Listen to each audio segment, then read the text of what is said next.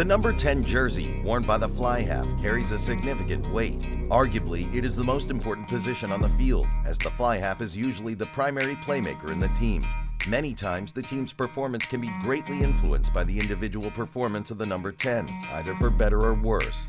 However, it is not always smooth sailing for these players, who might have injuries or bans that greatly prejudice their teams.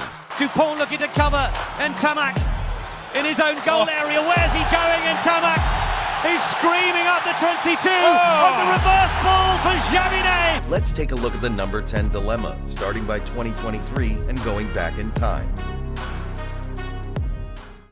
Romain Ntamack, France 2023. Arguably the most sensitive loss of all prior to this year's tournament is France's fly half Romain Ntamack. In a warm-up match against Scotland, Ntamack suffered a ruptured anterior cruciate ligament in his left knee after being hit during a play. While it didn't seem like a serious injury at the moment, the worst was confirmed hours later. Given how much hype there is in France for the Rugby World Cup, having a real chance of winning the tournament this year, it was something that nobody wanted to hear.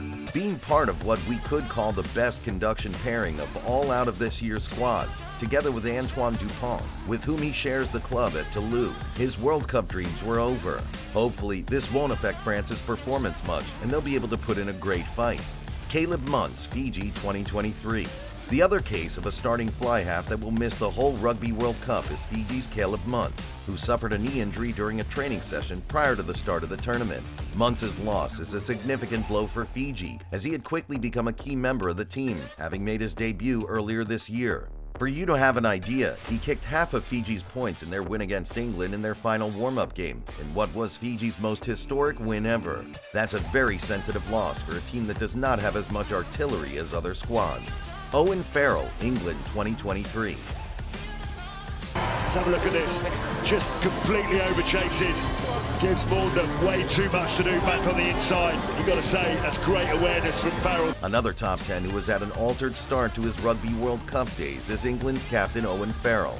In this case, it's not because of any injury, but because of a 4-match suspension after receiving a red card for a dangerous tackle during one of England's warm-up matches against Wales. While the tackle had originally been downgraded to a yellow card, World Rugby appealed to that decision and he was eventually sanctioned. This saw him lose the final 2 warm-up matches as well as the first 2 World Cup games against Argentina and Japan, arguably the 2 toughest opponents in the group. Fortunately for Farrell's calmness, George Ford stepped up and had a great performance, carrying England to a great start. Pollard and Cooper, South Africa, Australia 2023. This little bit of magic. Up you go, there you go. Oh, you don't see that in some of the best nightclubs in Sydney. Cooper, that mud pit, he did very well, Cooper. Finally, there are 2 more cases worth mentioning about the 2023 Rugby World Cup concerning fly halves, which are Pollard and Cooper. Arguably the best fly halves of the Springboks and Wallabies respectively. Both of them were left out of their team's respective 33-man squad for different reasons. Pollard due to injury. While he had recovered already and was seemingly able to play, he had not played enough matches prior to the tournament, so Jacques Minabert decided to go with Manny Libak and Cooper because of his age. While still being an elite player, Eddie Jones decided to go with young talent Carter Gordon. We'll see whether these were the right choices as the tournament progresses. Now, let's throw it back in time. Gareth Anscombe, Wales 2019. Anscombe. Clear tackle from the Blues as well. They are sticking ball in. Anscombe through the middle. What a break this is. Has support on his outside as well from Jenkins. Anscombe, little dummy, south him up the river. And over he goes.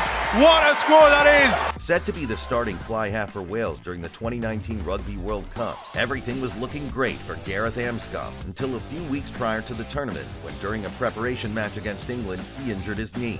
Unfortunately for him, the injury was a torn anterior cruciate ligament, which meant his World Cup dreams were over.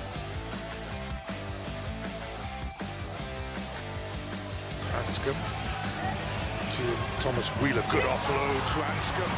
It's Webb with him, and what's more, Luke Morgan is there, and this will be another try for the Osprey.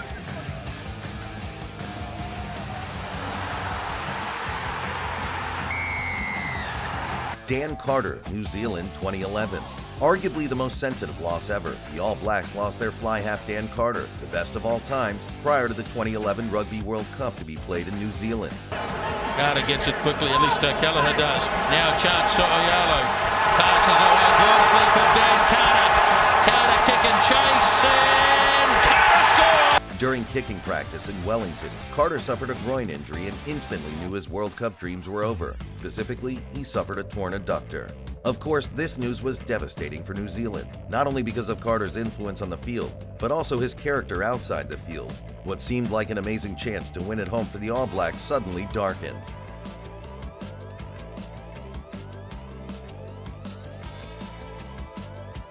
Aaron Cruden, New Zealand 2011. Second time, he gets it right, and New Zealand have won what has to be one of the most pulsating games of rugby union we'll ever have the privilege of watching. If it hadn't been enough with Carter's injury, things would get even worse for the All Blacks in a very key moment of the tournament. During the final against France, Aaron Cruden, the starting fly half of the tournament, suffered a knee hyperextension that forced him out of the match. This happened at the 34th minute of the game at Eden Park. Stephen Donald had to come in and eventually got the job done as New Zealand beat France 8-7 to win their third Rugby World Cup. Morgan Parra, France 2011. With both of New Zealand's first-choice fly halves out, Dan Carter since prior to the start of the tournament, and Aaron Cruden for an injury in the final, one would think France had a great chance. However, not only did they have the All Blacks in front, but they also suffered the loss of their number 10. Morgan Parra was not able to play the whole match due to a head injury. He was replaced with Jean-Marc Desaint. Despite this affecting France's performance, they still put in a great fight, narrowly losing that match. Do you remember any other number 10 affected by this curse?